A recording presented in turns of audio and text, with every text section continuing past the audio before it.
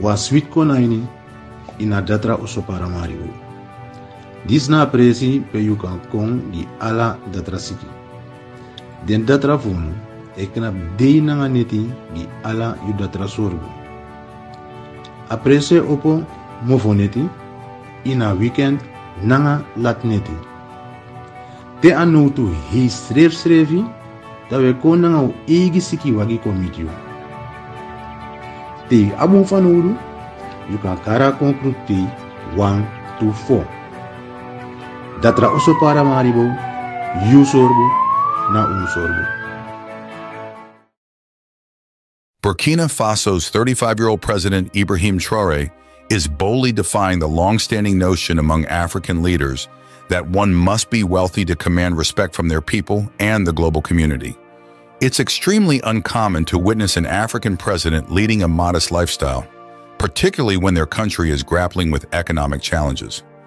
Many African leaders own luxurious cars, reside in opulent mansions, wear expensive custom-made suits, and even travel in lavish private jets, seemingly unconcerned about the plight of their people. In stark contrast to these extravagant lifestyles, Ibrahim Traoré, the president of Burkina Faso, chooses not to prioritize luxury. Instead, his focus lies in placing the needs of his people first, even going so far as to reduce his own salary. It feels like a family in the sense that Russia is also a family for Africa. It is a family because we have the same history. Russia made enormous sacrifices to liberate the world from Nazism during the Second World War. The people of Africa, our grandfathers, were also forcibly deported to help Europe get rid of Nazism. We share the same history in the sense that we are the forgotten peoples of the world, whether in the history books, in documentaries or in film, insofar as we sweep away the preponderant role played by Russia and Africa in this fight against Nazism. We are here together because we are here to talk about the future of our peoples and what is to come. Of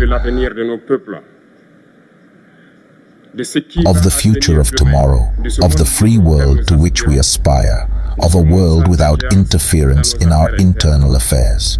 We have the same prospects, and I hope that this summit will be an opportunity to forge very good relations and to create a better future for our peoples.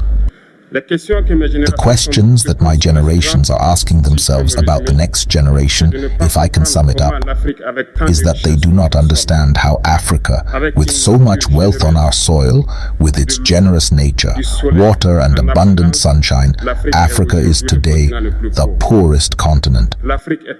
Africa is a starving continent, and how is it that our heads of state are traveling through the world of a man? These are questions that we are asking ourselves and that we have not yet had answers. We have the opportunity to forge new relationships, and I hope that these relations can be the best, to give a better future to our peoples. My generation also instructs me to say that because of poverty, they are forced to cross the ocean in order to try to reach Europe. They die in the ocean. But that soon they will not have crossed it, because they will come in front of our palaces to look for their daily sustenance. As far as Burkina Faso is concerned, for more than 8 years, we have been confronted with the most barbaric and violent form of neo-colonialism and imperialism. Slavery still has so much to impose on us. Our front runners have taught us one thing: slavery that is not capable of accepting its own revolt does not deserve to be relied upon by its fate. We don't worry about our fate. We are not asking for someone to rely on our fate. The people of Burkina Faso have decided to fight against hypothyroidism, capable of reviving its development. In this struggle, valiant peoples, wines and a population have pledged to take up arms in the face of terrorists. The ones we actually called the VDPs, volunteers. We are surprised to see the imperialists calling these VDPs militias and of all kinds. It is one of those wines, because in Europe, when people take up arms to defend their patriots, they are called patriots. Our grandfathers were deported to save Europe. It was not with their consent, against their grey. Well, on the way back, we remember that in Tiaroy, when they tried to bandage their elemental sheet, they were massacred, so it doesn't matter. When we people decide to defend ourselves, we are called militias, but that's not the problem. What is the problem is to see African heads of state who bring nothing to these peoples who are fighting, but who sing the same thing as the imperialists. To our militia dealers, to our traders, therefore, to men who do not respect human rights, hence the human right. We are effusive against this and these shameful people. We, the African heads of state, must stop behaving like puppets who dance every time the imperialists pull the strings. Yesterday, President Vladimir Putin announced that the grain would be sent to Africa. And we are very happy, and we thank each other for that. But it is also a message to our African heads of state, because at the next forum, we must not come here without having ensured that our peoples will be able to achieve food self-sufficiency for those who do not know war. We need to learn from those who have already been able to achieve this in Africa. Build good relations here and build better relations with the Russian Federation so that we can meet the needs of our people.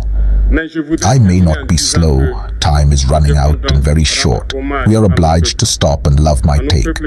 But I would like to end by saying that we must therefore pay tribute to our peoples who are fighting. Glory to our peoples, dignity to our peoples, victory to our peoples.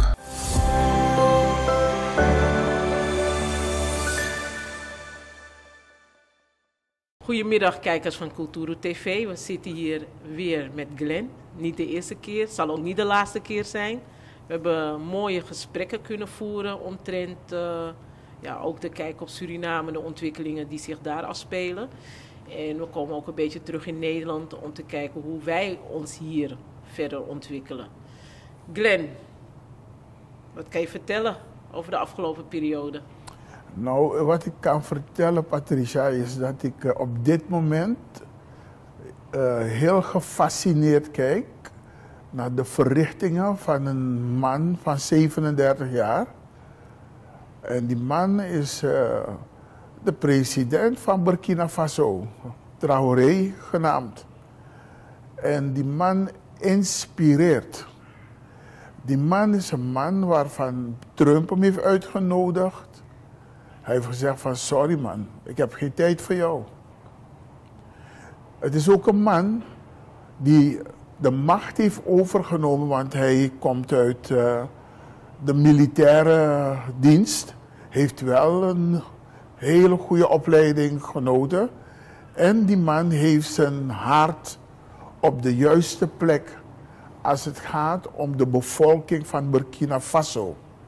En die man is nu op dit moment, ik weet niet als je dat volgt op social media, al zijn verrichtingen worden vastgelegd. Alles wat hij zegt en de bevolking in Burkina Faso, die zeggen van, wie heeft deze man naar ons toegezonden? Een man van 37 jaar. Die man zie je altijd in een militaire pak. Hij rijdt niet in dure auto's. Hij zegt, in plaats van dure auto's kopen we tractoren. We kopen alleen maar zwaar materieel om het land te bewerken. Op dit moment zijn ze zover dat ze kunnen voorzien in het bewerken van de grond en ervoor te zorgen dat ze hun eigen graansoort hebben kunnen planten en bewerken. Maar in elk geval, de beste graansoort wordt op dit moment, zeg maar, gecultiveerd in Burkina Faso. Dus die man zegt, in plaats van luxe auto's en een hoop toestanden, die man is bezig met het bouwen van mooie woningen voor zijn bevolking. Die man is bezig met het bouwen van ziekenhuizen. Die man is bezig met de ontwikkeling. Een van de dingen die hij gezegd heeft, is dat Afrika moet gaan uniten. En wat er gebeurt op dit moment is heel opmerkelijk. Die man is zo goed bezig dat de leiders in de andere Afrikaanse landen, die leiders eigenlijk door zijn gedrag worden waardeloze leiders op het continent Afrika, worden ontmaskerd. Nu weten mensen precies van, maar wacht even.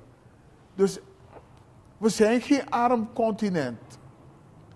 Eigenlijk, heel veel van die Afrikaanse leiders hebben aan de leiband gelopen van Frankrijk en andere westerse landen en zich zeer onderdanig gedragen. En ondanks dat ze dus heel veel mineralen hebben, grondstoffen, waren ze bezig samen met die witte mensen het land waarin ze wonen te bestelen. Heel veel van die leiders en de bevolking te verarmen. En door het beleid van deze man, die Traoré van Burkina Faso, is er alsof er een licht is gaan schijnen op al die landen waar die waardeloze zwarte presidenten en leiders zijn.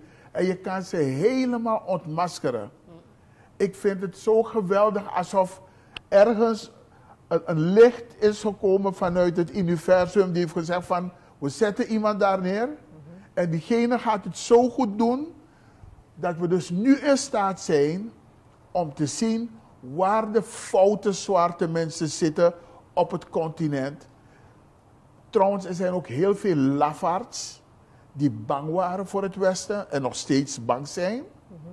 Maar omdat deze man zich zo verzet tegen het Westen en tegen Amerika, zijn er mensen die moed verzamelen, waaronder de president van Ghana.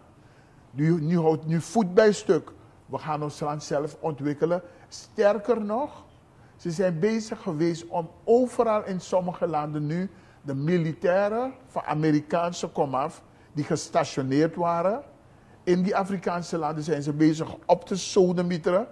En ook Franse militairen die zogenaamd in die landen bezig waren om terreurgroepen te ontmantelen.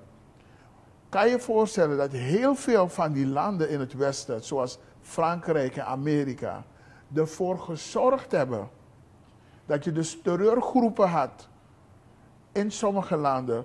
Neem een land als Libië, waar ze zoveel verdeeldheid hebben gezaaid, dat milities eigenlijk met elkaar vechten. En per slot van rekening hebben ze Gaddafi vermoord. Omdat Gaddafi een van de mensen was die een Afrikaanse munteenheid. Dus eigenlijk wilde Gaddafi Afrika ontwikkelen. En hij moest uit de weg geruimd worden.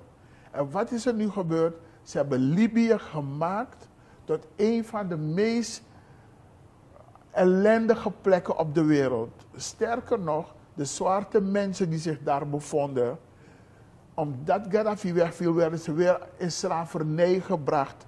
Hun organen werden verkocht. Het leek alsof de duivel had overgenomen daar in Libië. Dus je moet nagaan, het Westen is zo baldadig. En nu hebben we iemand die gezegd heeft van, luister dan, mijn land is klaar hiermee. En ik ga mijn land ontwikkelen. Sterker nog, het goud van Burkina Faso heeft deze man vergaard. Waardoor hij ook monetair in staat is om zijn land stabiel te houden. Ze hebben geen buitenlandse schulden meer. Volgens mij ook geen binnenlandse schulden meer. Die man is bezig zijn volk recht te zetten. En wat is er aan de hand nu? Die Trump die nu aan de macht is, alle hulpprogramma's richting Afrika, hij vindt hij gaat Amerika groter maken. Dus alle middelen die gingen naar dat soort landen met betrekking tot een gezondheid of wat dan ook. Trump zegt van, ik stop daarmee. En deze mannen zeggen, mannen zoals Traoré, die zeggen van, We zijn op tijd begonnen. We hebben niks van jou nodig. En we praten niet met je. De kans is groot dat ze dus zullen proberen om in het land, zelf Burkina Faso, mensen te vergiftigen in hun brein. Om deze man te proberen te vermoorden. Ja. Maar, ik ga je eerlijk zeggen, Patricia, ik kijk naar die man. Elke dag krijg ik informatie over ontwikkelingen in Burkina Faso. En hoe die man bezig is. Zelfs elektrische auto's zijn ze nu bezig te ontwikkelen. Die man is bezig met groot materieel. Om landbouw zo groot te maken daar in Burkina Faso. Dat hij straks misschien de voedselschuur is van de hele wereld. Ik denk van, hoe kan een jonge man, een zwarte man van 37 jaar in staat zijn om dit op gang te brengen? Hij is in gesprek met Poetin. Hij heeft het Westen links gelaten. En Poetin laat respect zien. Die man zit aan tafel nu met de Afrikaanse leiders die nu zachtjes uit de schulp kruipen, moed verzamelen en misschien nu in staat zullen zijn om hun eigen land niet te beroven en het ook niet te verkopen, dat wat ze hebben aan middelen aan West-Europese landen en aan Amerika. Dus deze man is, ik weet niet waar hij vandaan komt, Patricia. Het is een wonder. Ik ben lyrisch als ik naar die man zijn daden, zijn verrichtingen kijk. Ik word helemaal blij. En dan kijk ik naar Suriname. En dan denk ik van, kan God ons niet zegenen met iemand zoals deze man? Iemand die daadwerkelijk, sterker nog, die man kon een salaris verdienen, als ik het goed gelezen heb, van $75.000. $75.000. En die man zegt, nee, ik doe het met $500. Want dat is het gemiddelde salaris in mijn land. Dus ik weet niet waar deze man vandaan komt. Maar echt, het is, ik weet het niet. Ik ben zo lyrisch, ik ben zo geïnspireerd om te kijken naar dat wat hij heeft aan boodschappen. Dan denk ik van, maar hoe kan een man van 37 jaar op dit niveau acteren, waardoor de wereld, want niet alleen zijn mensen kijken naar hem. De hele wereld, al die westerse landen, al die andere Afrikaanse leiders, mensen zoals mij hier in Nederland en volgens mij in Suriname, mensen zien die man en ze vragen zich af van, waar komt die, welke geest heeft deze man gezonden naar deze wereld om dit wat er nu gebeurt. En misaptak dokiring. Want de manangeng, magado of de boeien mino sap samim taki maar de sma obescherma mandisi. Deze man is gewoon een inspiratiebron en ik ga je eerlijk zeggen, ik hoop dat de toekomstige president van Suriname een voorbeeld neemt aan deze jongeman. Ja, maar dat wil ik je net vragen. Want hoe vertaal je dit dan naar Suriname toe? Hij is een voorbeeld. Ik ga je zeggen, dat hele gedoe met goud in Suriname, waarbij eigenlijk de staat Suriname wordt beroofd. Suriname wordt beroofd van zijn rijkdommen. Er zijn andere mensen in machtige posities die buitenlanders in staat hebben gesteld om het goud in Suriname te stelen. En er zijn ook heel veel Surinamers die geen ene moer betalen voor het goud wat ze delven uit Suriname. En het land Suriname en de bevolking gewoon beroven. Het is beroven van die Surinaamse bevolking. Sterker nog, er zijn landen in de wereld waar goud eigenlijk de waarde van je monetaire situatie valideert. Ik hoop dat ik het goed zeg. Dus Suriname heeft zoveel goud, maar we zijn niet in staat Terwijl landen die helemaal geen goud hebben, dat goud gebruiken om hun status te behouden als staat die monetair gezien stevig staat. Wat gebeurt er met het goud van Suriname? Wat gebeurt er met het goud van Suriname?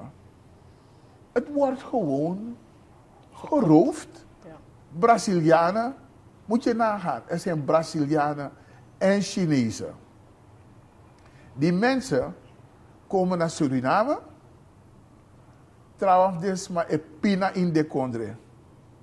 Dus ze vluchten naar Suriname. En die mensen op een gegeven moment, die zie je wonen in Paramaribo Noord. In de mooiste woningen, met de mooiste auto's. En ze zijn in staat om te gaan winkelen in Choy. Dan moet je je afvragen, wat is er aan de hand? Hoe komt het dat er mensen zijn in Suriname die verarmen en mensen die eigenlijk kansloos in hun land vandaan komen en in Suriname komen en zich kunnen verrijken, terwijl andere mensen in Suriname dan een brokopata, dan een kortslipper, gewoon een en al ellende. Dan vraag je af van me, wat is er hier gebeurd? En weet je, ik ben bijna overtuigd van het feit dat de mensen die in de posities zitten om vergunningen te verstrekken, om ook als het gaat om concessies af te geven, mensen in machtige posities, mensen uit het buitenland verrijken. En zeggen van, give me money. Give me money met regel aan concessie. Als het gaat om hout, goud, het maakt niet uit wat Suriname te bieden heeft. En vervolgens, die mensen nemen hun mensen mee in het proces van verrijking. En jij als Surinamer zit te verpieteren. Want de staat Suriname en zijn corrupte ambtenaren en zijn corrupte bestuurders, die hebben scheid aan die mensen in Suriname. Het is verschrikkelijk wat er gebeurt. Ik ga je vertellen, ik vond het zo gênant. Ik zag een filmpje laatst. Ik schaamde me dood. Ik schaamde me dood. Ik denk van, wat krijgen we hier? Ik zag een filmpje. Brunswijk, die hield volgens mij een paar briefjes. Ik weet niet wat die briefjes waren. Als het nou SRD's waren. Of het nou Amerikaanse dollars waren. Ik weet niet wat ze waren. En Brunswijk, die stapte volgens mij uit zijn auto ergens waar hij een afspraak had. En wie was daarbij? Cibrano Piqué. En wat deed Brunswijk? Brunswijk zou Cibrano een aalmoes geven. Want ik denk niet dat het om duizenden euro's gaat. Maar een aalmoes, want ik weet het niet, misschien ziet hij Cibrano als een politieke hosselaar. Eigenlijk zou je dat bijna willen vaststellen. Dat je hebt politieke hosselaars in Suriname. Mensen die doen alsof ze een groot achterban hebben. Mensen die doen alsof ze een grote groep kunnen inspireren. Maar het zijn bedelaars. Het zijn bedelaars. En wat gebeurt er? Brunswijk, je weet toch wanneer tegen Sandeme kwam, Dagu zweeft teken. Precies zo, Brunswijk hoorde toe briefjes. Dat bijna Cibrano moest jompen teken. Huh. Dus, hey, sorry man. Hey, sorry man. Ik vond het zo gênant. Maar dat was ook echt zo. Ik heb het gezien, het filmpje. Ik heb het filmpje gezien waar Brunswijk laat een Cibrano springen om briefjes te kunnen pakken. En daarna krijgt hij een paar van die briefjes. Ik weet niet wat ze waren.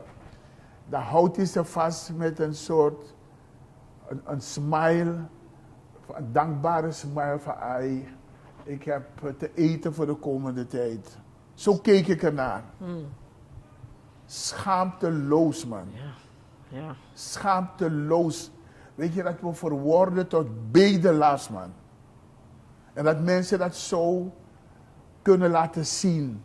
Want ik vraag me af, waarom moet Brunswijk dat zo doen? En waarom moet het gefilmd worden? En waarom moet het op social media? Ja. Toch, het is zo... Sorry, man, ik heb er geen woorden voor. Het is, echt.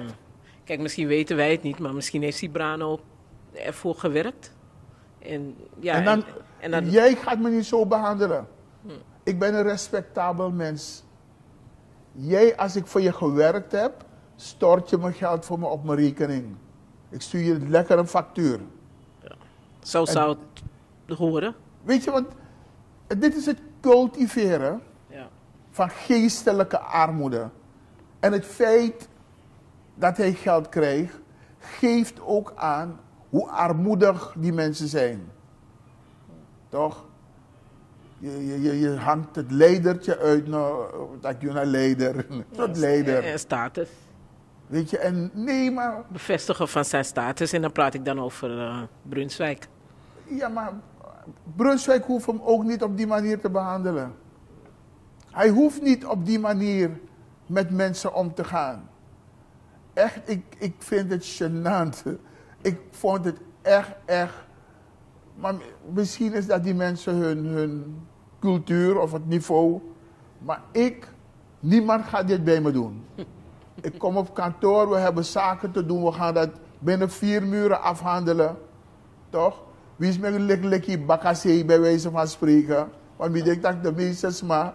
Dan lik Brunswijk bakassee. Ik heb een man letterlijk Brunswijk zijn schoenen zien likken, hè? Op een podium.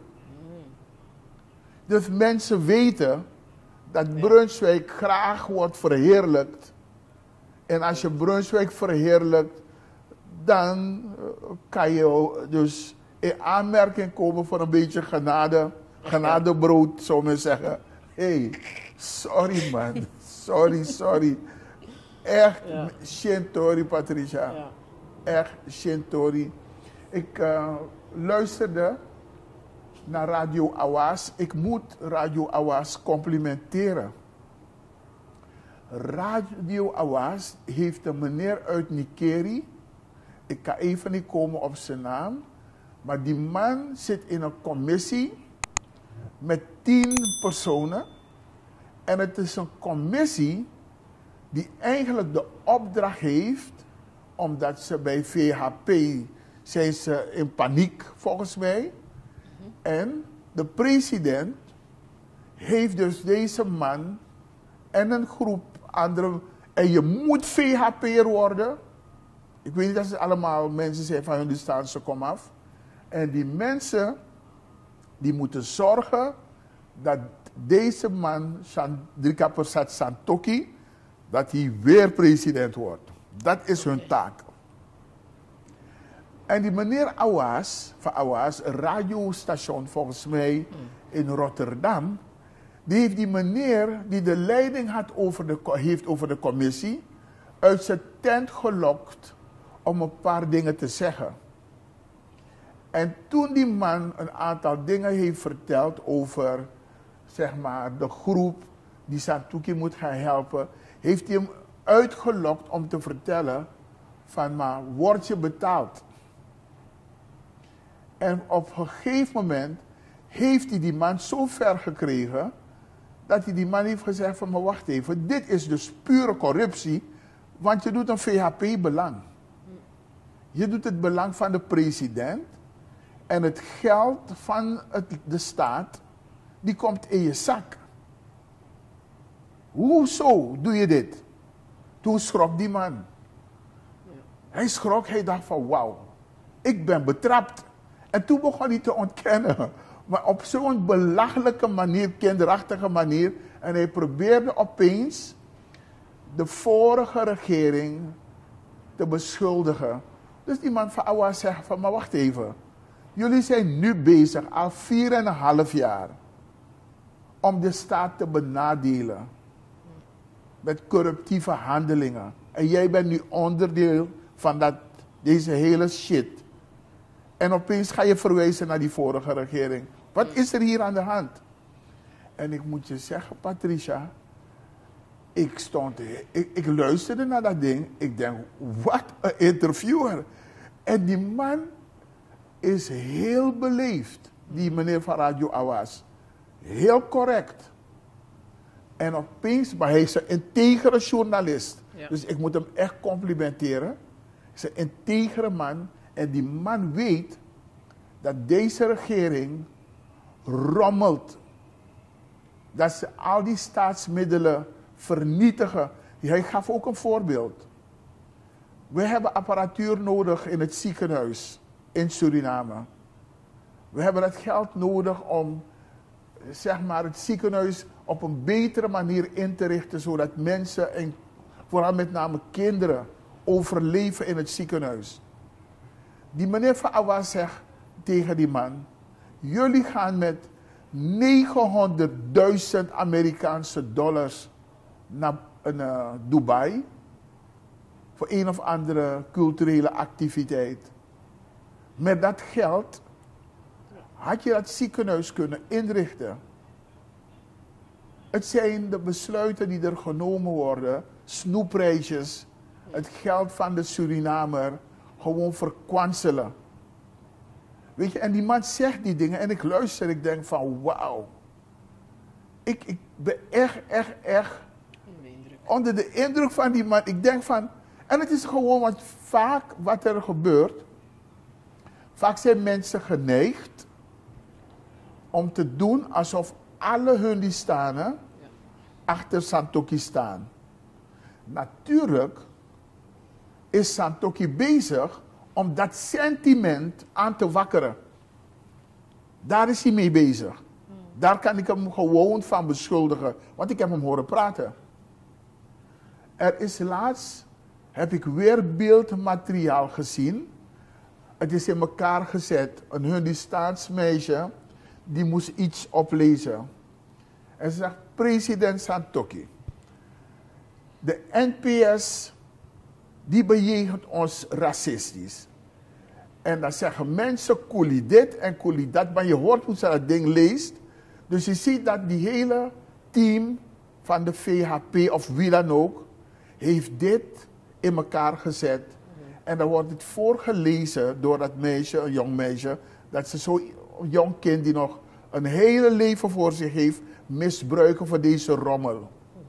En dan gaat ze lezen. En vervolgens gaat Santokhi daarop in. Dan denk ik van, potverdorie man. Je bent geen staatsman. Je bent niet in staat om te doen aan natievorming. Iets wat zeer urgent is voor het land Suriname. Hoe kan het zo zijn dat je meedoet aan deze goedkope rommel? En ieder die dat ziet, ik bedoel, de mensen die etnisch zijn met het stukje racisme daarin, zeg maar, herbergt. Die mensen die zijn al lang blij dat mensen kunnen zeggen van, oh, kijk, die Santokhi, die heeft het over het feit dat hij gediscrimineerd wordt of racistisch wordt bejegend omdat hij een Hundistan is. Want dat heeft hij ook gezegd. Hij heeft gezegd, mensen zijn boos omdat ze vinden dat hij Hundistan is en dat hij geen president mag worden. Dat is de grootste leugen. Santokhi had nooit president kunnen worden zonder de steun van zwarte mensen. Zwarte mensen hebben Santokhi daar gezet. En vervolgens dan ben je president, gewoon vader van iedere Surinamer. En dan ga je tegen die mensen zeggen, die jou daar hebben gezegd, van hé, sorry man, ze moeten me niet omdat ik hun die sta ben. Je liegt. Je leeg. Vanaf Amandisco, je leeg. Je leeg. Dus het is echt, het is zo een, alles wat deze man zegt, alles wat hij zegt, je kan niks vertrouwen wat deze man zegt. Je kan helemaal niks vertrouwen. Word jij onze 50.000ste lid, dan krijg je 3 maanden gratis internet in Suriname en anders een voucher van €50. Aanmelden met je Gmail-account.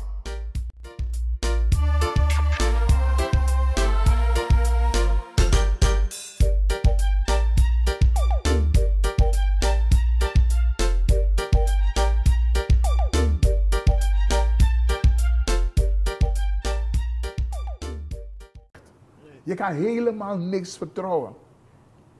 En weet je, ik luisterde laatst naar iemand die namens Suriname zit bij het IMF.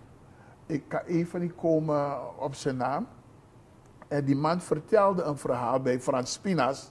Want ik volg alle berichtgevingen.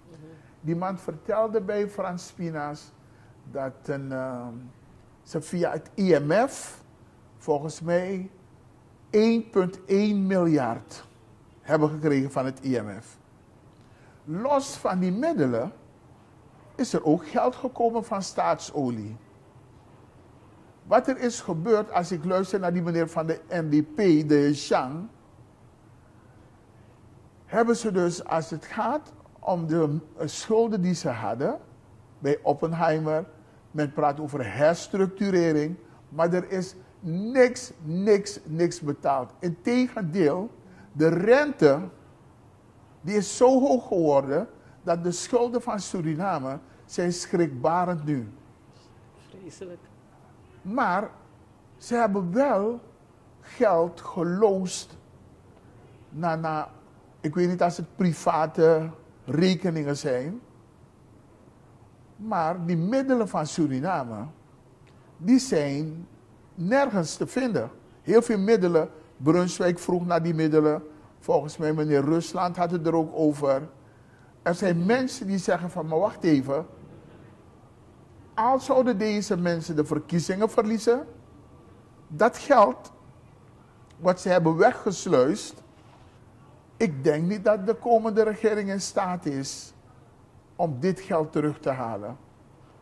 En ik hoorde die meneer ook zeggen, die meneer die zit voor Suriname, die Suriname vertegenwoordigt daar bij het IMF, die zei van, weet je wat, er is heel veel corruptie. En men kan heel veel niet meer traceren. Dus je moet nagaan, deze mensen die zijn aan de macht gekomen. Suriname had al een aantal schulden, die schulden zijn niet betaald. Vervolgens nemen ze geld van het IMF. IMF is geen Sinterklaas. Nee. Dus ik vraag me in gemoede af, het moment dat deze mensen straks verdwijnen van het toneel, de komende regering, want ik hoorde ook iemand van de VHP, de heer Afjan Kooi, hoorde ik zeggen in een interview bij een TBR Alert of hoe ze heten, van luister dan, de mensen hoeven niet te vechten om aan de macht te komen, want het land Suriname heeft nog problemen, financiële problemen, en wie er nu komt, die gaat pas wachten tot 2028 voordat er geld gaat komen in het laadje van Suriname. Eigenlijk geeft hij aan van luister, komen jullie niet, laat Santokki daar zitten. En als Santokki daar blijft zitten, ik ga ervan uit, ze zijn pas bezig geweest met die Chinese Sinalco om een groot gedeelte van Suriname te verkopen. Ze hebben daar afspraken proberen te maken. Ze zijn ontmaskerd weer door een paar slimme koppen in Suriname. Want die Chinezen, zoals ik dat begrepen heb, het was geen contract. Het was meer dat de Chinezen bijna een soort van dictaat. Ik weet niet op basis van welke redenen hebben die Chinezen iets opgesteld waar ze eigenlijk het land Suriname komen plunderen en vernietigen zonder dat wij daar iets over te zeggen hebben. Er is zeker een meneer Latschman, die was hoofd van een of andere commissie, die mensen een hoop onzin heeft willen vertellen. Maar gelukkig, er waren mensen in Suriname die de boel hebben ontbloot en hebben laten zien dat het een rommel is, die hele deal met die Chinezen. En natuurlijk, ze hebben deze gast, die Lashman of wie dan ook met zijn commissieleden hebben ze kunnen ontmaskeren. Maar wie weet hoeveel rotzooi ze hebben uitgehaald. Ja. Waarvan wij niet op de hoogte zijn. Dat dit land straks in de uitverkoop staat. Ik ga je vertellen, ik hoorde ook pas dat de minister van Buitenlandse Zaken van Amerika richting Suriname gaat. Ik maak me ernstig zorgen over dat feit. Waarom denk je dat dat zal zijn? Ik weet niet, wat gaat hij daar doen? Met een Trump aan de macht, die probeert om kleine landen zoals Cuba en al die andere landen, zwakke landen, die ze al jarenlang bezig zijn te boycotten. In Suriname, het enige wat ze gaan doen, is laten weten van luister dan, jij bent onze achtertuin. En dat stukje imperialisme, wat zit in landen zoals Amerika, die zullen ervoor zorgen dat ze daar komen halen. En vooral met mensen zoals die mensen van Santoki, die al hebben geprobeerd om die Chinezen het land Suriname te komen zeg maar benadelen. Je kan deze mensen niet vertrouwen. Je kan deze mensen niet vertrouwen. En daarom heb ik zoiets van, wat gaan die Amerikanen doen daar in het land? Als je in staat bent om Suriname te willen benadelen ten faveur van die Chinezen, wat ga je doen met die Amerikanen? En natuurlijk, deze man wilde al lang, die van de Buitenlandse Zaken, hij gaat volgens mij naar OAS, en die staat in dienst van die Amerikanen straks. En dit land, Suriname, wordt straks gewoon in de uitverkoop gezet. Maar ik denk dat het inderdaad ook een keuze zal moeten zijn. Hè? Want Suriname is eigenlijk meer gericht op China. En Amerika moet China niet.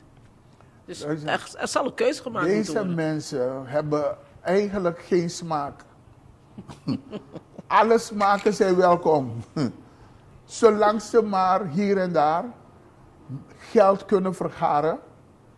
En zo wordt Suriname uitverkocht. Hè.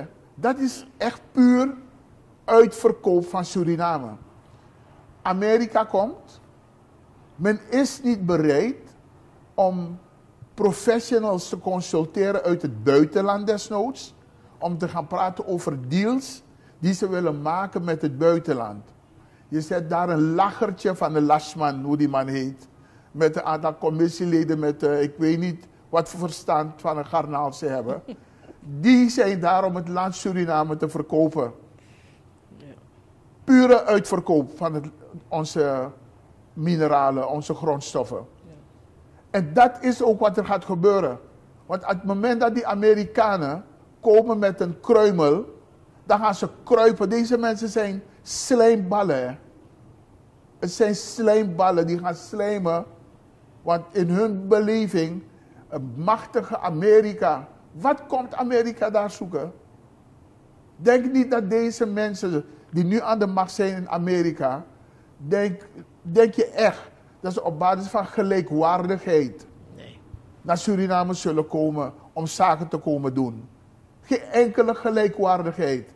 En als je, kijk, er is een ambassade in Suriname. Die ambassade, die Amerikaanse ambassade, die volgt ook wat er in Suriname gebeurt. En die weten ook welke waardeloze deal er bijna is gesloten met die Chinezen. En denk je dat ze zitten te slapen? Ze denken van, weet je, als je een waardeloze deal, je zit in de uitverkoop met je land, waarom zullen die Chinezen alleen profiteren? Ik kom ook halen. Ik weet niet in hoeverre Nederland betrokken is in een aantal dingen die straks in Suriname moeten plaatsvinden. Want deze mensen die nu aan de macht zijn in Suriname, zijn niet transparant. Je krijgt geen ene moer te zien. En onze mensen daar in de assemblee zijn zwak en misselijk. Ze zijn niet in staat om die transparantie af te dwingen. Of duidelijkheid af te dwingen. Ze zijn daar toen niet. Sterker nog, ik hoorde die meneer Afjan Kooi en hij bevestigde wat ik nu zeg. Daarom zeg ik het. Die meneer Afyan Kooi, weet je wat hij zei in de uitzending bij die man van TBR Alert? Weet je wat hij zei? Hij zei van, mensen willen in de politiek en die mensen die worden straks DNA-leden, maar deze mensen zitten niet in de regering, ze hebben geen moer te vertellen. En dan zitten ze in de coalitiepartijen en ze hebben geen ene moer te vertellen. Laat staan als je gaat zitten in de oppositie. Dat is wat hij zei. Dus die meneer Afyan Kooi gaf aan dat het parlement in Suriname is waardeloos. Eigenlijk, dat hoor je hem zeggen. Van eigenlijk, ze beloven mensen van alles, want mensen moeten op ze stemmen. Maar sterker nog, als zitten ze in partijen die een coalitie vormen, hebben ze geen ene moer te vertellen. Ze kunnen niks doen voor niemand. Dat is wat hij zei. En hij zei ook, laat staan als ze in de oppositie zijn. Dus je weet al, deze mensen, zoals deze huidige president, meneer Santokhi, heeft zoveel macht, presidentiële macht, naar zich toegetrokken, dat die hele democratie die we dachten dat er in Suriname was, heeft hij volledig gemarginaliseerd. Mensen zijn zo bang om hun mond open te doen. En die voorzitter van de Nationale Assemblée, die maakt ze keihard monddood wanneer hij wil. En als je verder zeurt, dan laat hij je op buiten gooien door de politie. Je bedoelt meneer B. Ja. Toch? Ja, man. Dus geloof me, die hele parlementaire situatie in Suriname, sorry man. Deze man heeft eigenlijk, die Santokhi, hè. Het is geen, misschien heeft die mensen, voor andere dingen is hij dom. Misschien als het gaat om het land besturen, zoals het hoort. Maar als het gaat om het uitbuiten van zijn positie als president, heeft hij dat wel goed gedaan. Hij heeft gezorgd dat hij oude wetten, die hoorden bij majesteit vroeger, waar je de majesteit, je kon niet schenden en beledigen. Hij heeft al die wetten naar voren gehaald en heeft gezegd van, Mosorunu, ik maak jullie volledig monddood. En hij heeft het gedaan met de mensen op straat.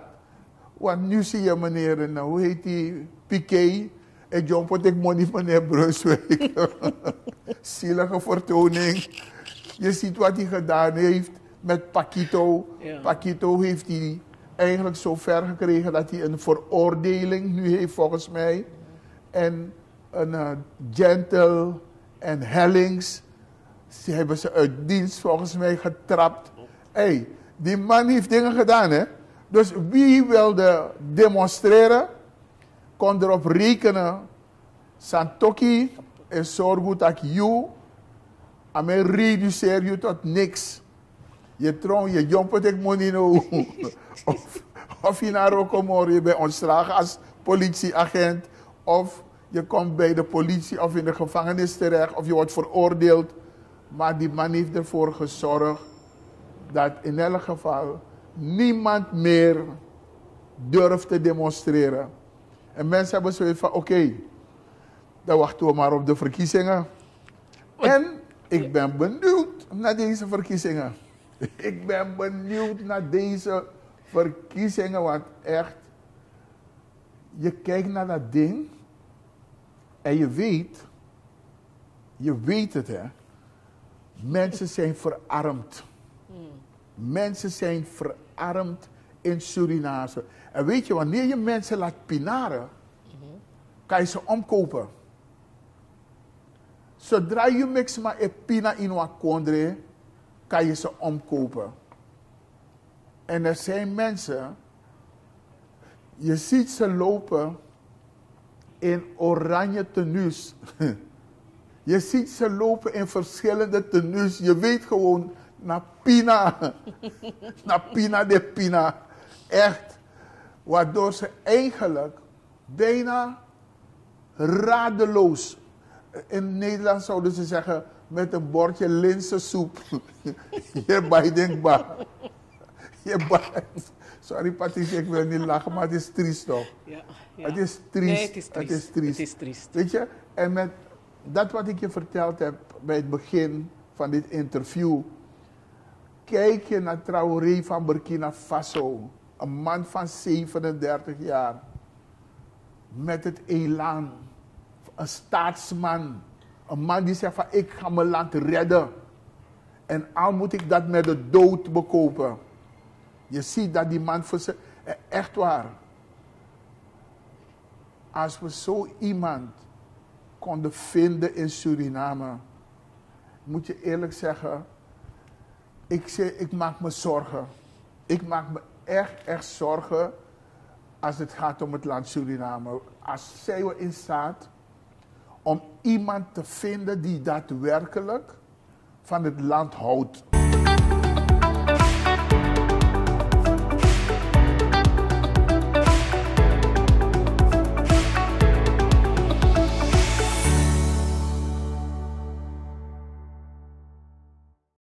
Van het land houdt.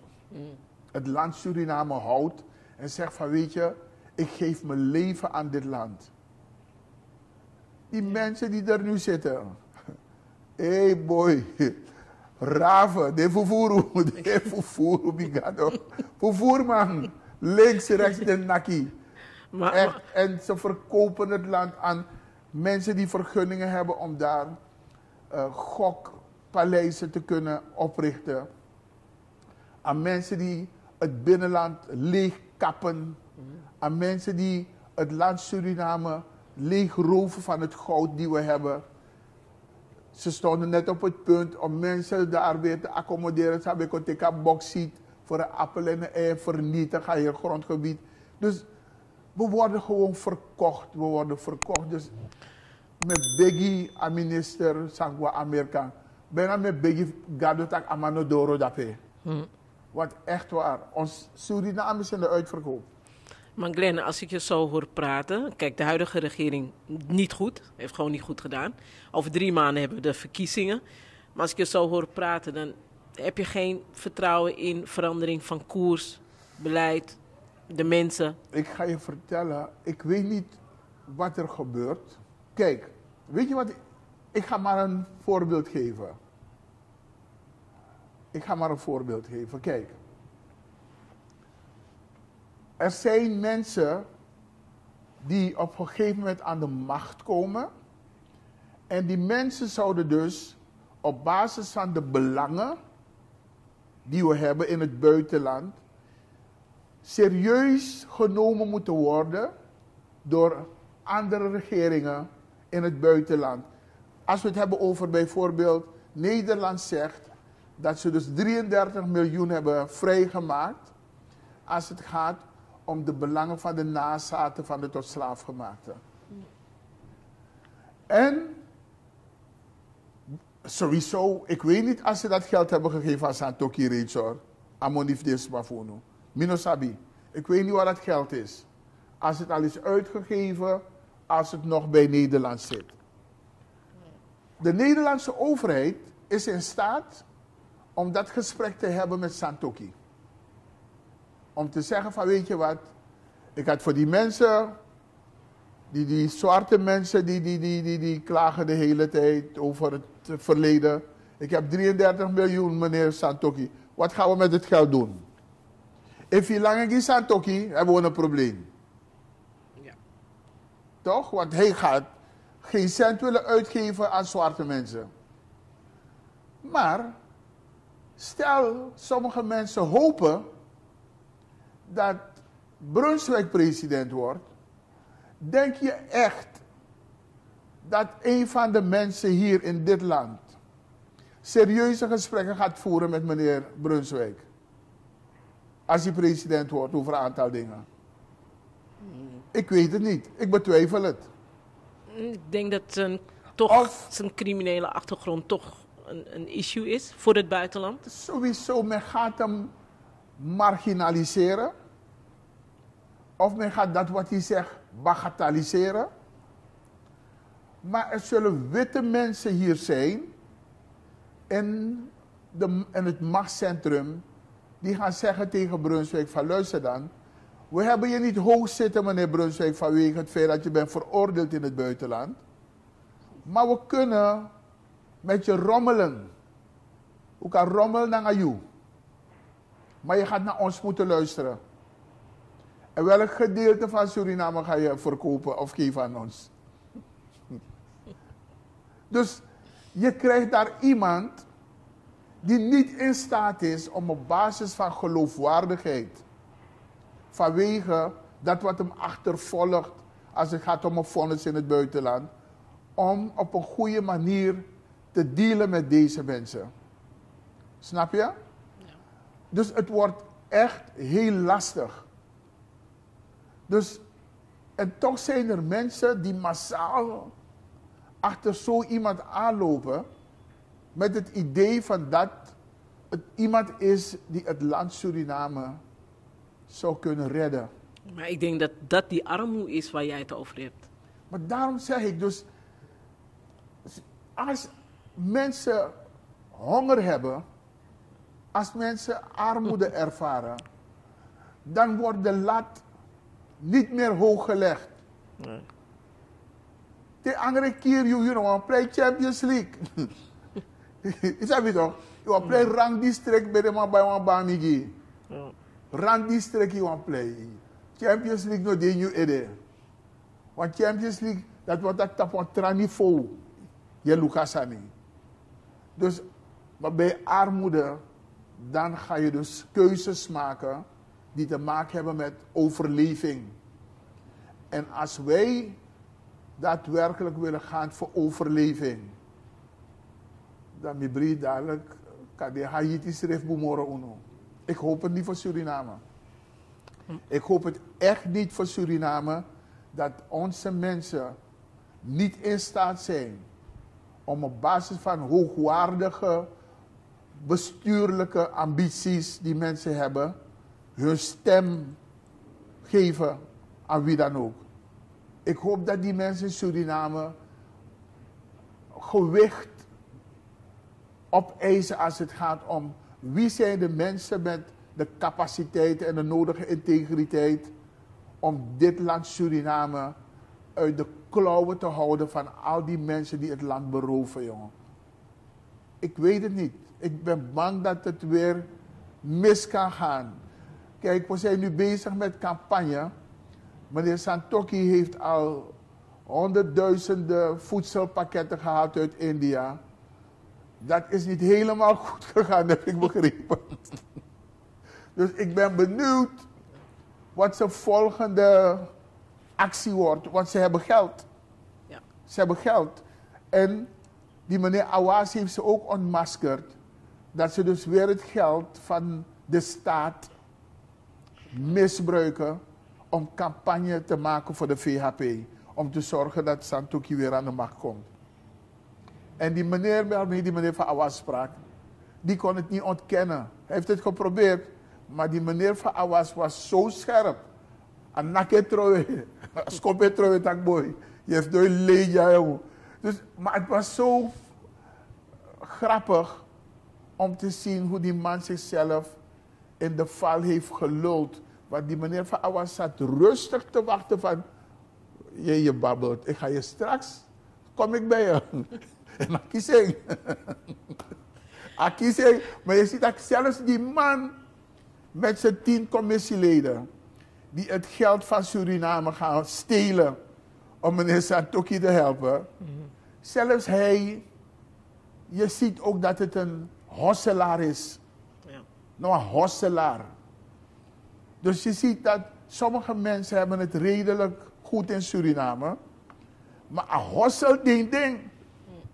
Een hossel is zo dusdanig in de sting dat if de Finwa kans, de benadeelt ze naar gelijk.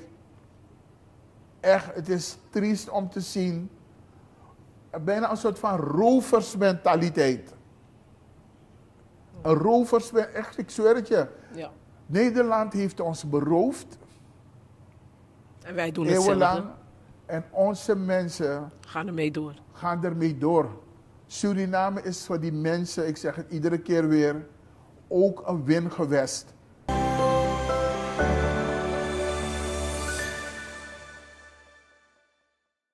En soms zijn ze nog erger. En het is niet alleen Suriname, hè. Nu pas merk je dat die man van Burkina Faso, die Traoré, dat hij dus zo dusdanig bezig is met zijn land op een integere manier, dat eigenlijk andere zwarte Afrikaanse leiders worden ontmaskerd. Want zij hadden precies het gedrag van de mensen die nu in Suriname zitten. Ja. Precies het gedrag. Rova Kondre. Suriname wordt beroofd. Suriname wordt beroofd. En echt, het is triest, want ik zeg altijd, er was een man, een hele rijke man, ook afkomstig uit Afrika, die heeft ooit eens gezegd, van weet je, we willen goed bestuur in Afrika. Als we een goede president krijgen op een post die het landsbelang dient, ben ik bereid om elke goede Afrikaanse leider 10 miljoen te geven na zijn zittingsperiode. Dat is voor jou. Maar steel het land niet. Hij kon niemand vinden die 10 miljoen wilde hebben. Want allemaal zeggen ze door een voeren. Allemaal zeggen ze door een voeren. Want dan vraagt ze 10 miljoen. Dan kan voer 100 miljoen. Ja. Of ik kan voer 1 miljard. Wat moet ik met jou 10 miljoen? Maar die man, die had zoiets van, ik wil desnoods goed bestuur kopen voor die landen. Ze waren niet bereid om die 10 miljoen te accepteren. Want ze moesten hun landen beroven. En hetzelfde heb je in Suriname. Mensen willen niet gaan voor behoorlijk bestuur. En we gaan naar de verkiezingen toe. Ik zeg dit soort dingen opzettelijk. Mensen willen niet gaan voor behoorlijk bestuur. Mensen willen roven. Ik zeg altijd, voor 10 miljoen. Wat mij betreft, voor 20 miljoen. U gaat voeren toch? Voor 20 miljoen. Kibring, no asma, no kom moeilijk jou, geen justitie, niks. Hora money. Maar zorg wel dat je het land op een goede manier bestuurt. Zorg wel dat je dingen achterlaat die het land verder kunnen ontwikkelen. Maar de tjara kondrego sergi de se snezi. Nog eens tjara kondrego sergi meenonieten. Wat de meenonieten? If de man kon naar in Sernang.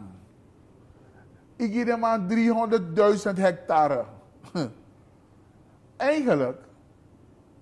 Te man kappa herbusi dat oppo. Te man sera udu. De man mek de man niet dubbel en dwars. Baka dat de man op een gedeelte voor je kondre. De man op een staat dadelijk in een eigen staat. Iser unu. If de man begin op een staat in een eigen staat. De man op wapens. De man ook toe kan doen mee naar verkiezingen. Dadelijk ligt Zuid-Afrika. Er is een klein groepje witte Zuid-Afrikanen die machtig zijn. Alla de blakas mannen, de instaat voor vetangaderen. De kierdelijk alata. De kierdelijk alata. Surinamers zullen niet in staat zijn om deze mensen te bestrijden wanneer ze gesetteld zijn. Wanneer ze alle dingen geregeld hebben. Maar de leiders die we krijgen in het land Suriname zijn bereid om te verkopen het land. Sterker nog, ik had gehoord, ik weet niet als het waar is, dat Anosan Toki wanneer Grongi de Menonieten. Er zijn mensen die beweren dat naar Brunswijk. Want if Brunswijk wanneer 300.000 hectare die de Menonieten. Kotak Santoki kan horen maar tegen. Wat heeft Brunswijk toch president? Dan zijn we de uitverkoop. Oh, dit is een film. Laten we echt bidden voor het land Suriname, jongen. Ik hoop dat die mensen in Suriname echt hun verstand gebruiken. En dit land niet in de handen achterlaten van mensen die op zoek zijn naar geld en macht. Want dit wat we nu hebben. Er zijn twee dingen die deze regering uitstraalt. Macht en geld. Satoki zit op macht. Zijn zoon heeft het gezegd. Zijn zoon heeft gezegd, deze man wil zoveel gezag, dat hij zijn pitbulls, dus de mensen in zijn inlichtingendienst, laat hij los op mensen. Om mensen te vernederen, om mensen op te sluiten, om mensen te mishandelen. Dat heeft zijn zoon gezegd aan hem meer, hè. Richai nooit faboining. Zijn zoon heeft aangegeven dat hij zoveel macht wil, dat hij zelf het OM, zeg maar, manipuleert of wat dan ook. Maar hij heeft dus, die man is zo bezig met macht, dat noasma seki. Noasma seki. Bouta verf no be seki. Talanga bouta abif dok. Dus die man is bezig met macht. Machtspolitiek.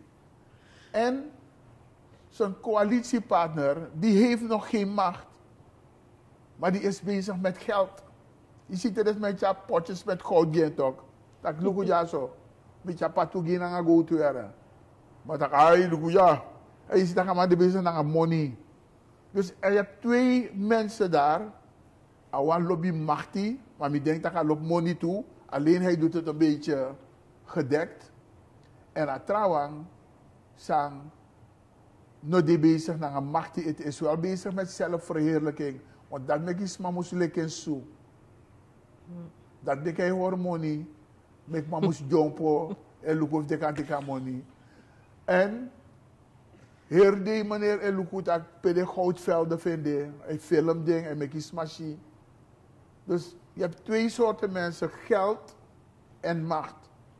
En if na basis daarvan was maar moest tek afverantwoord toe over wat kondre, het gaat niet werken. Hoe kunnen we mensen hebben die alleen maar assen op macht en geld? Dat want ik de trust monetary. Ja, ik geloof ook niet dat die mensen zullen terugkomen, denk ik niet. Maar ja, je weet het nooit. Hopen. Laten we hopen. Maar zoals het ernaar uitziet, kijk, over 2-3 maanden heb je de verkiezingen. En dan zijn de peilingen nog wel dat de NDP de grootste partij zal zijn. Mm-hmm. Die zou dus verandering van koers in alles moeten gaan initiëren of ontwikkelen in Suriname. Heb jij daar geloof in? Want als ik je zo hoor, dan gaat het niet om de partij, maar om de mensen. Ja, klopt. Maar zitten die mensen daar dan binnen de grootste partijen nu momenteel in Suriname? Ik wil Jenny Simons, als zij president mag worden in Suriname. Stel dat, de eerste vrouwelijke president. Ik het voordeel van de twijfel geven. Ik wil haar het voordeel van de twijfel geven. En hopen in het belang. Want ik verheerlijk geen mensen, hè? Nee. Ik verheerlijk echt geen mensen. Niet heeft naar Libisch, maar ik heb ook mijn falen. Dus ik verheerlijk niemand. Maar ik hoop in het belang van Suriname dat iemand als mevrouw Simons in staat is. Kijk, ze zegt een aantal dingen als het gaat om het bestrijden van corruptie. Ik hoop dat ze de ruimte krijgt om het waar te maken, om corruptie in Suriname te bestrijden. Dus laten we hopen dat we iemand krijgen daar aan de macht. Want zij heeft gezegd, Jenny Simons, van als er mensen zijn in haar netwerk, bestuurlijk gezien, die dingen gaan doen die het daglicht niet verdragen, gaat ze die mensen niet in bescherming nemen. Dat heeft ze gezegd. Laten we ervan uitgaan dat ze de waarheid zegt. Maar zie jij een Traoré in haar? Weet je, Traoré is een verhaal apart, jongen. Ik ga je eerlijk zeggen, ik kijk naar die man en die beelden van die man zou ik willen sturen naar de toekomstige president van Suriname. Als hij de helft van dat wat die man doet daar in Burkina Faso zou doen, dan wordt Suriname paradijs. Als iemand aan de macht zou komen in Suriname, onbaatzuchtig, Je moet eens kijken. Santoki Konam Machti. Ik zie de auto's allemaal bij. Volgauto's. Aan mij pijs maar heer deed om hem te beveiligen. Benzine moest... Weet je hoeveel geld die mannen vergooien elke dag? Voor elke dag wat die man vergooit aan geld, had hij elke dag nieuwe apparatuur kunnen kopen voor die mensen in het ziekenhuis. Elke dag had hij met zijn gevolg, dat geld wat hij daaraan verspilt, had hij die mensen die het land Suriname zijn ontvlucht, had hij hun salaris kunnen aanpassen. Ja. Deze mensen die zijn alleen maar bezig met zichzelf. Santoki is bezig met Santoki. Laat ik het zo zeggen. Stel, hè, als de president die we zouden moeten krijgen in Suriname, of het nou een vrouw is of een man, zou die moeten zeggen van, ik werk voor mijn land, ik werk niet voor het geld. Geef mij maar, net wat die meneer Traoré heeft gezegd, geef mij maar €1000 per maand, of als het €2000, ik werk voor mijn land. Zou dat een statement zijn om te geloven dat er verandering dan komt in Suriname? Patricia, er moet een wonder gebeuren. Zal ik je vertellen waarom? Maar dit kan toch? Want ze hebben genoeg geld. Geloof me. Verdiend. Er zou een wonder moeten gebeuren. Weet je wat er is in Suriname? Je hoort de mensen van de VHP praten. Iedereen hoor je praten en het eerste wat ze zeggen... Gas en oil. Ano gas en oil. Een van de meest verfoeilijke dingen die er in Suriname wordt gezegd. Die mensen in de vorige regering hebben gestolen. Dus wat is er? Men wil dat wat ze doen rechtvaardigen. Het volk van Suriname heeft geen enkele inspiratie om goed te doen. Er zijn geen voorbeelden. Noem een voorbeeld van iemand nu aan de macht. Noem één voorbeeld. Die nu momenteel aan de macht is in noem Suriname? Één voorbeeld, ja. Ja, er zijn geen voorbeelden. Dus hoe kan je in Suriname wonen en op basis van een goede inborst zeggen van, ik word geïnspireerd en ik wil een voorbeeld zijn. Ik wil het land. De mensen die daadwerkelijk misschien een goede inborst hebben, die zullen waarschijnlijk niet zomaar aan de macht komen. Hè? Die mensen die, geloof me, het lijkt alsof het kwaad regeert. Kijk maar naar Trump. We hebben de duivel nu aan de macht. Het feit dat die man Israël de vrije hand geeft om al die mensen daar in Gaza te vermoorden, uit te hongeren. Dat is wat er op dit moment gebeurt, toch? Je hebt geen hart, man. Deze mensen, de man aan ati. Sommige mensen zijn niet gevoelig. Ze hebben geen empathie. En mi etegi wansani. We hebben in Suriname geen voorbeelden. Ik denk iedereen het voorbeeld wat ze nemen. Mensen willen heel graag in het parlement. Want als je eenmaal daar zit, krijg je vergoeding. Krijg je niet een klein beetje. Hey. Dus ja, uiteindelijk wil eigenlijk, je brede botro. If you go in a parlement, you brede botro. Dus eigenlijk, de politiek in Suriname is om je te verrijken. Want je komt in netwerken die je in staat stellen. Want mensen, die zoeken mensen in de politiek om hun zaken te regelen. If een man in het buitenland, een Brasjong, een Haitiaan, een Snees, het maakt niet uit wie. Het eerste wat hij denkt, ik moet daar iemand vinden in de politiek om iemand om te kopen, om te kunnen krijgen wat ik wil in dat land. De politiek is je paspoort om het land Suriname te beroven. Oké, maar dan gaat dat nooit veranderen als de systemen niet veranderen. Het systeem moet veranderd worden. Eigenlijk zou je niet eens politieke partij moeten hebben in Suriname. Je zou gewoon een zakenkabinet moeten hebben die gecontroleerd wordt door volksvertegenwoordigers. Maar die partijbelangen maken dat mensen rovers worden. Smetro Voerman. Weet je wat, eerlijk gezegd, stel je zit in een partij. Je hebt nog geen huis. Je hebt niet eens een goed perceel. En vervolgens zie je dat iemand van een bepaalde partij, die heeft een ministerie die gaat over grondzaken. En opeens hebben ze percelen op Sabaku. En opeens hebben ze zoveel hectare grond. Opeens zie je Joggi. Joggi heeft duizenden hectare. Dat juist doen drapen, je pinees revi. Want die praktijk dat ik wil goed doen. In die tussentijd, Joggi gaat de gevangenis niet in. Die percelen die blijven van hem. Hij verrijkt zichzelf.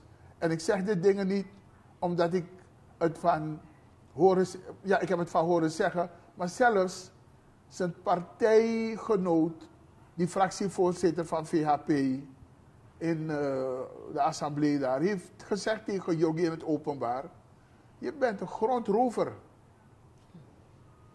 Hoe heet die man ook alweer, die voorzitter van de fractie daar, van de VHP? Ik kom zo op zijn naam. Maar die man heeft het gewoon gezegd in het openbaar tegen Joggi. Ja, ja. En iedereen in Suriname weet dat Joggi Lainanga Grong en heeft ze niet gekocht. Anobaya Grong. Waarom zou jij, je gaat in de politiek en je weet dat Joggi zich heeft verrijkt met heel veel grond in Suriname. Waarom ga jij ook niet voor jezelf kijken, hoe kom ik ergens aan? Waarom ga je Joggi, want straks met die grondconversie wordt Joggi schatrijk. Want straks moet de Surinaamse overheid, als het gaat om infrastructuur, gaan ze grond moeten kopen bij Joggi. En niet voor een klein beetje geld. En met die grondconversie gaat hij dus alles kopen straks, is zijn eigendom. En dan moet de staat Suriname op de plekken waar het nodig is, tegen passie of tegen een dan moet je die grond weer bij Joggi kopen. Dus waarom zou Joggi multimiljonair worden? En jij zit ook in de politiek en je moet het goede voorbeeld geven. Er is geen enkele reden om eerlijk te zijn. Want de politiek in Suriname is niet eerlijk. Het is niet eerlijk. Tot slot, je boodschap. Je hebt hem eigenlijk net al een beetje gezegd, verteld. Volg die man van Burkina Faso. Laten we hopen dat we een leider krijgen die een klein beetje heeft van deze man Traoré. Iemand met ballen om veranderingen te brengen. Iemand die opofferingsgezind is. Iemand die eerlijk en integer wil zijn. Wat mij betreft, laat zo iemand belonen na zijn zittingsperiode met 10 miljoen. Zoals hij dat wilde doen met de Afrikaanse leiders. Je amoni. Maar laten we iemand krijgen die daadwerkelijk het land Suriname en de bevolking hoog heeft zitten. Want wat we nu hebben, Naporlai, Apori, sorry man, echt Naporlai, echt, en het is Saritori.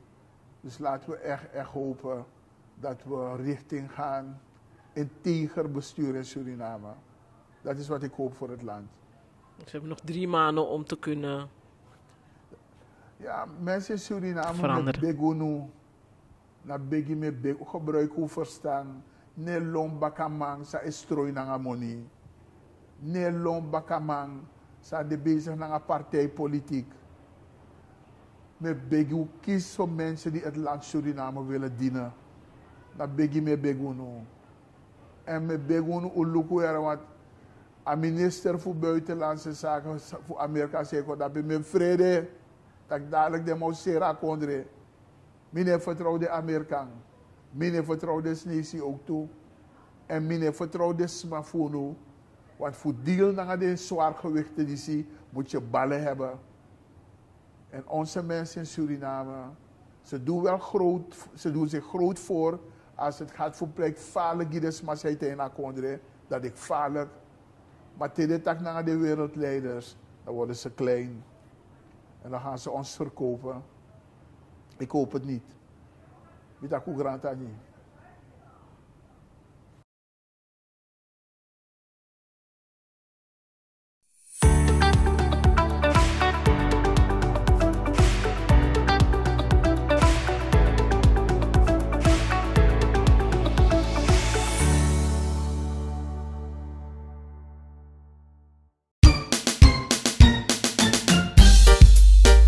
Word jij onze 50.000ste lid, dan krijg je 3 maanden gratis internet in Suriname en anders een voucher van €50. Aanmelden met je Gmail-account.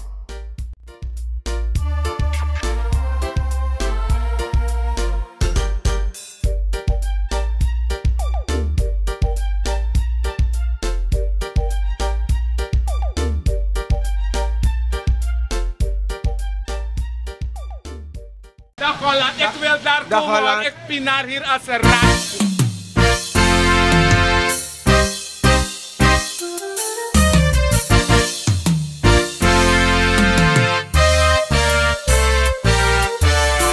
Wambari Teana, Wogoluku na Kulturu TV. Tam Sabaka Gang, de Canada Pewang. Ja. Tijd voor het nieuws, go look op je nieuws. Kulturu Nyusu, pas de straat is respontu. Unde baniu, sadef arkina nieuw. Kulturu Nyusu, pas de straat is respontu. Suriname zo een hele clan, maar go depti hele kwan. Weshi, alas my sari, alas my bari, ma efu bondru kwawang. Tak wesre kama masranang, beno wan soma, no abif kwari, no abif sari. Yeah, baya kriol ya fans of shini, isha idol in distance of innings. Dambotaki on the right place, different colors, one stage. Go, go, go, be alo be grow. Be we la fu want I get stuck I go. Be korosi na ngale take blow. Yeah. Be horde gia pina follow. Be descapu di esi ja no wolo. Be te dry de ne juki anga dollar. When I go follow. Kulturu TV. Be anyu sunele. Kulturu TV. Privilege. Kulturu TV. Be anyu sunele. Kulturu TV. Privilege.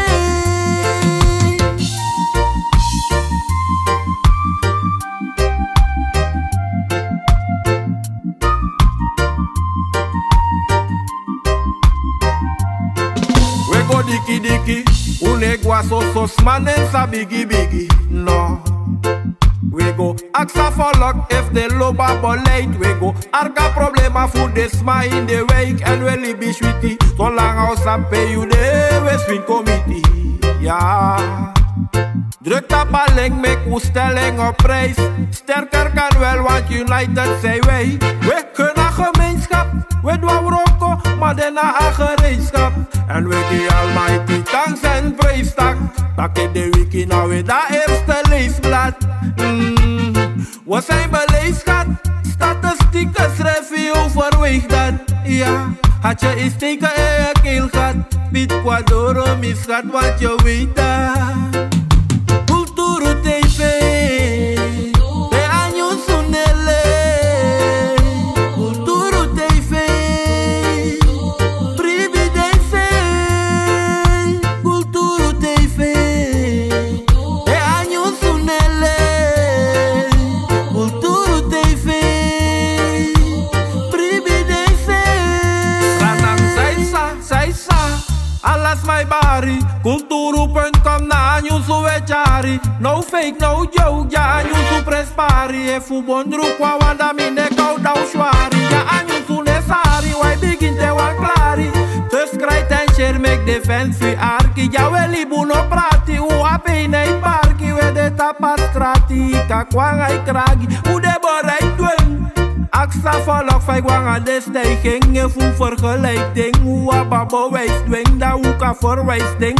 Gewoon een beleiding. Een probleem van volk naar de stijging. Dat de kwetamita volk voor de ta-eisting. Want hoe power ik kom af voor de koties scheiding. En ook hoe nap den ving. Tijd voor iets nieuws. Sto look op je nieuws. Kulturu nyunsu Paste fa stratis respuntu Ude baniu Sadef arkina niu Kulturu nyunsu Paste fa stratis